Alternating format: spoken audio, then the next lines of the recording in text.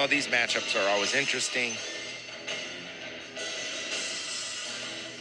Sometimes you can tell a difference, sometimes you can't.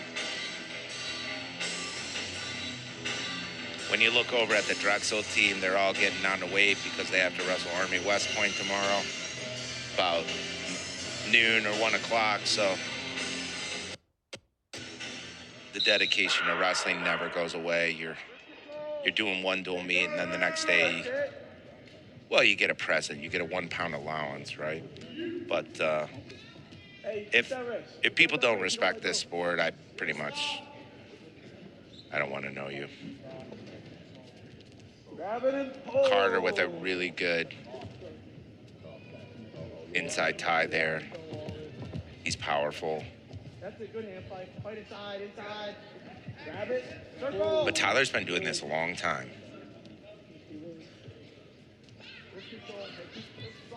Slide by. Good. Held it. That's a shot right there. Good. Lower your level. Good. The wrestling site predicts that Carter Baer will win this match 11-4. But I think it might be tighter than that. But there, Carter gets that stall warning right away. Great action.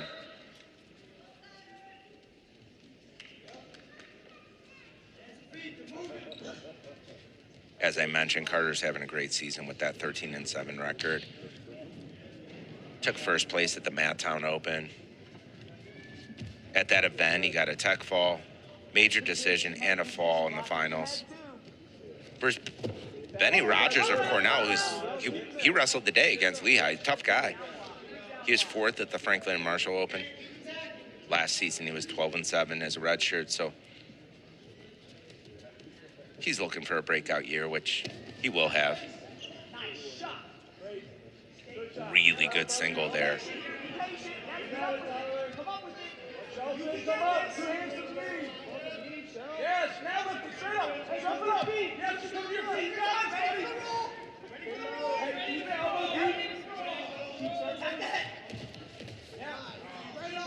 Really good action there by Tyler. I mean, always really close to a takedown. He's still on that leg. They want him to shelf it. The Drexel coaching staff does, and I agree. I mean, Williams is right there on this single. And then Baer does a really good job of re-gripping the wrist. But if you can get that ankle behind his, that's exactly what you want to do right there. So here we're in that scramble situation again. Be careful of knees here, guys. Good scrambling ability.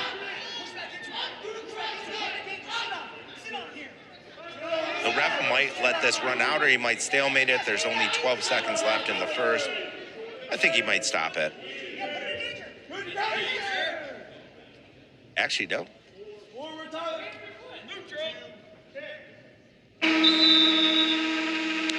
First period ends 0-0. The dual meet victory is secured for Binghamton. They're up 19-12. A little bit of blood time here.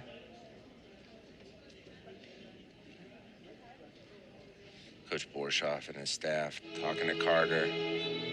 Borshoff's just really good at calming his athletes, which is super important. Like, he just talks to them. He's like, hey, you did this really well. Let's work on this. This is his lead leg. You know, like, I love coaching like that. I love intelligent coaching. I'm not a big fan of meathead coaching, which we all know doesn't exist in college wrestling, right? Coach Azebeto's the same way. He talks to his athletes. He tells them exactly what they need to hear, and they make adjustments. So Carter Baer is going to be down.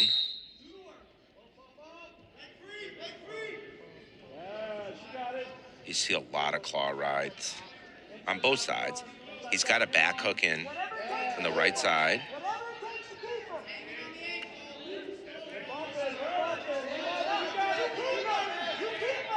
So good hand control by Carter. And he ran him out. And you know what? There's a point, and here's the thing. I used to do that when I was wrestling in college, and they didn't call it that way, so I got away with it.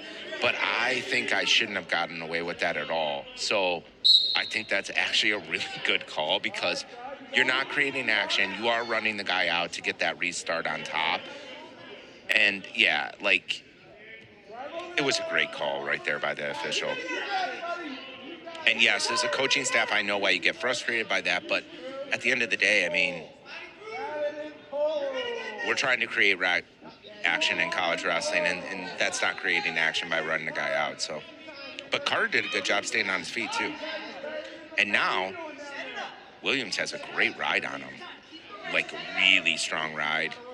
And this is where, like, as a veteran, you feel that, like, you know, you're like, okay, I'm wrestling somebody younger. Maybe they're not as good on the bottom position, but I'm really good on top.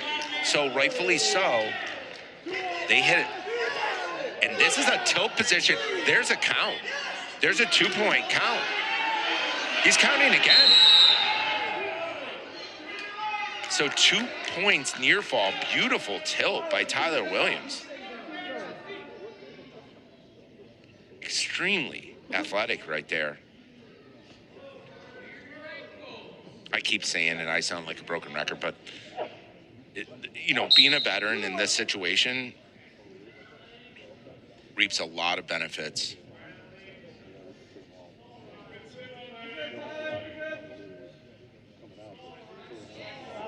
Carter's so powerful, though. Like, all Carter needs is one opening, and he can blast through guys. Oh, here's another set of back points.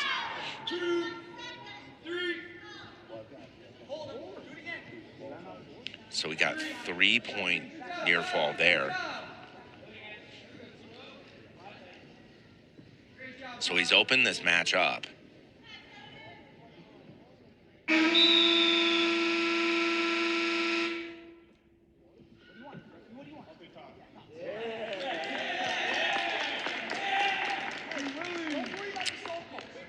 So Tyler Williams chooses the top position in the third, which you don't see a lot. But it was kind of cool watching the Drexel team, like, kind of back him on that. They're like, yeah, man, take that top position. You're good at it. And he is. But this is also good for Carter because this guy's good on top. So let's learn how to get out of these positions that he's putting us in. So good hand control. But there he is again. Very savvy in the top position.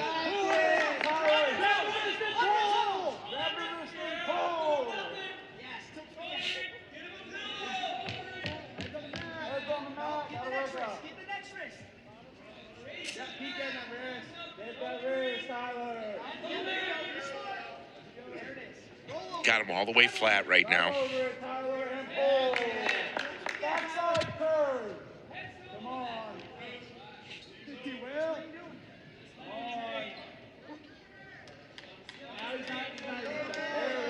Williams putting a really good ride on, and that warrants a stall call there. So Williams now up 6-1. 3 minutes and counting on the ride, so essentially 7-1. That obviously that point's locked in when you accrue more than a minute.